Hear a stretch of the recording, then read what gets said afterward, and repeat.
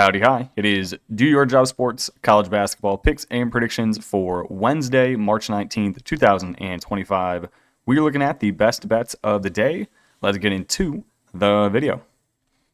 All right, on the day, we go 3-4, bringing our season record to 452 and 426.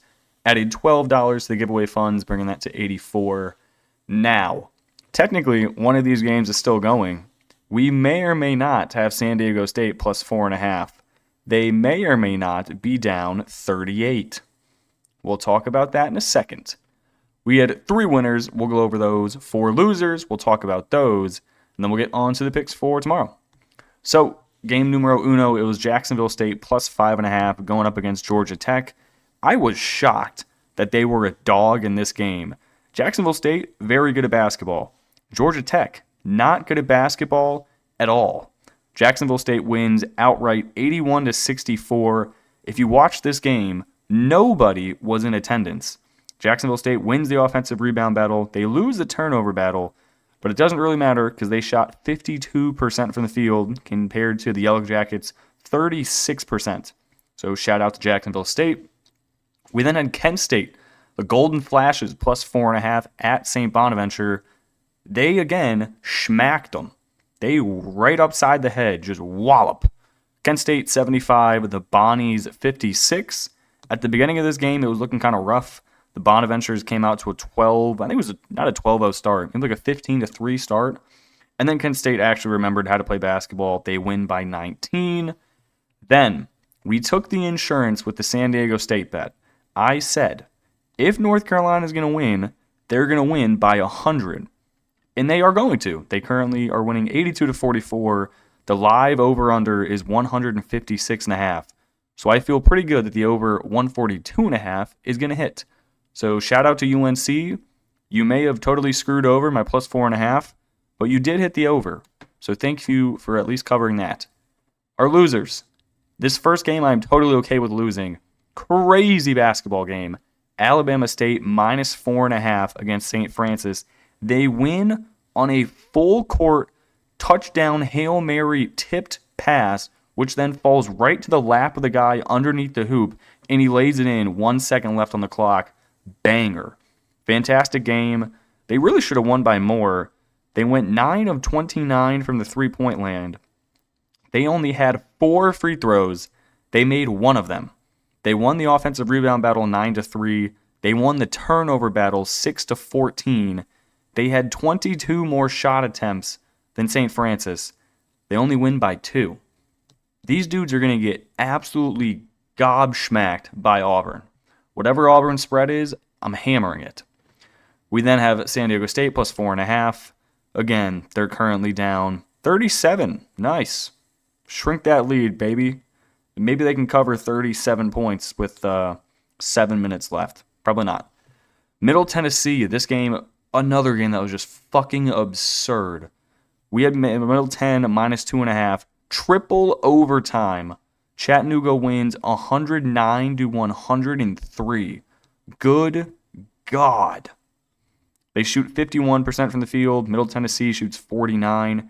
Neither team could make it from deep, 30% and 27%. Great basketball game. We were on the wrong side of it. Then we were also on the wrong side of this one. Wichita State, we had them plus 5.5 against Oklahoma State. That was no good as Oklahoma State wins 89-79. They shot the ball better from deep. That was the main difference. OK State 9 of 21. Wichita 6 of 20. So that's how we go 3-4.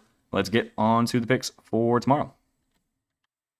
Next game we're looking at is another big dance playing game. Mount St. Mary's and American. I'm going to go with American here. They got the better roster. Should be able to control the pace of this game. Mount St. Mary's should struggle to adjust to the slow tempo. Give me American. The Mount, 22-12 on the year. They average 71 points per game, played a bottom 175 pace, which makes them sound slow, but their tempo's I think it was 207, so it's not ridiculously slow like American. So they're going to want to make it a little quicker. Shoot at 44% from the field, and they do make 8.5 threes a game. They struggle big time turning the ball over. 15 times a game, they turn it over. That is bottom 10 in the country. And they're doing that already, playing at a pretty slow tempo. They're just not going to get off the number of shots they have to get up to cover this number or win the game. The Mount might score like 42 points. American, they got a top 175 defense, should be able to take advantage of Mount St. Mary's turnover problem. AU, also 22-12 on the year. They won their championship game by 22 points against Navy. Don't quote me on that, but I think it was against Navy. They score 69 points a game. Nice. They played a bottom 10 pace in the country. They slow team down. They make it really ugly. I want you to think of American as a poor man's North Texas, but like really poor. So give me American, minus 2.5. I don't think the Mount's going to be able to score enough to actually keep up. Next game, taking an over. It is Dayton and FAU, going with the over 151.5. I really don't know why Dayton accepted the invite to the NIT. Normally, a team of their caliber would just kind of tell the NIT to kick rocks and fuck off. But Dayton said, nah, we're going to run this one. So that makes me think that Anthony Grant is not leaving Dayton, and he's actually going to stay and coach next year, which is surprising because I thought he'd go and take another coaching job, considering his team's old. Most of them are seniors. They're going to leave to to graduate. So I thought he'd leave, but I guess not, because now they're in the NIT. Dayton, they're 22-10 on the year, coming off of a first-round loss in the A10 tournament to St. Joe's by 5. Massively disappointing season. They score 75 points a game, played a bottom 75 pace, shoot at 46% from the field. They play a very different style of basketball than FAU. Should be interesting to see how this one goes. I also think FAU's fans should show up. Boca Raton, it's the old people's home. There's not really much for the kids to do besides drink and go to the beach. So maybe they attend a basketball game. FAU 18-15 on the year. They finished 6th overall in the AAC. They score 79 points a game, played a top 75 pace, shoot at 46% from the field. They suck at defense, ranked 211th in the country, turned it over a decent amount. Should be a high-scoring, close game. Should be looking at free throws at the end. Next game, NCAA action, Xavier in Texas.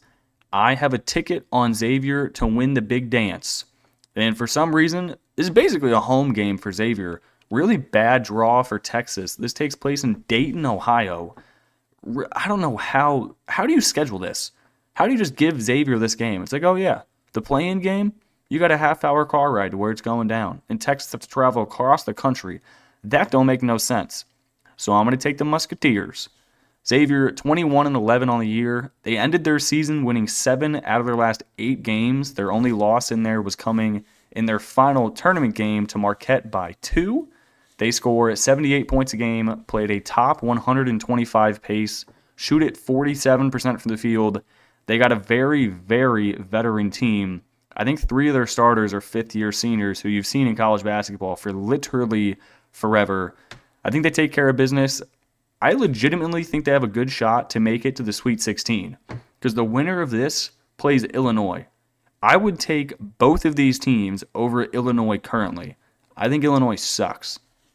Texas, 19-15 on the year. They did win 2 games in the SEC tournament against Vandy and Texas A&M, so that's really the only reason they got a bid. They've been playing decent basketball.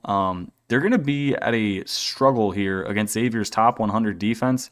They've gone up against some solid defenses in the SEC, but in a basically true road game, not going to have many fans, and they're at a loss for the coaching advantage. I will take Miller over Rodney Terry every single day of the week. If they can stop Trey Johnson on Texas, I think Xavier's got a great chance to win this game by double digits. Final game, UAB St. Joe's. I'm taking UAB plus the 5.5. This line kind of reeks. This reminds me of the Jacksonville State line. St. Joe's has not been good this year. Like, yes, they're solid. Yes, they made a semi-deep run in the A10 tournament. Do I think they should be laying 5.5 points at home to UAB? No. UAB 22-12 on the year. They made it to the conference championship game in the AAC tournament where they lost to Memphis by 12. They score 83 points a game, played a top 75 pace, shoot at 46% from the field. They are the second best offensive rebounding team in the country. Very efficient overall from the field. St. Joe's, 22-12 on the year. They finished 5th overall in the A10. Very inconsistent. They score 75 a game, played a top 175 pace. Yes, they are at home. Do I really think many people are going to turn up to this game? I don't think so. UAB, if they can limit the three-pointers St. Joe's makes, I think they keep this close. Give me a one-possession game. Give me the Dragons plus 5.5. All right, that is going to do it for me in this video. I appreciate y'all tuning in and watching. Hopefully tomorrow we actually win and I don't lose money. And I'll catch y'all in the next video. Peace.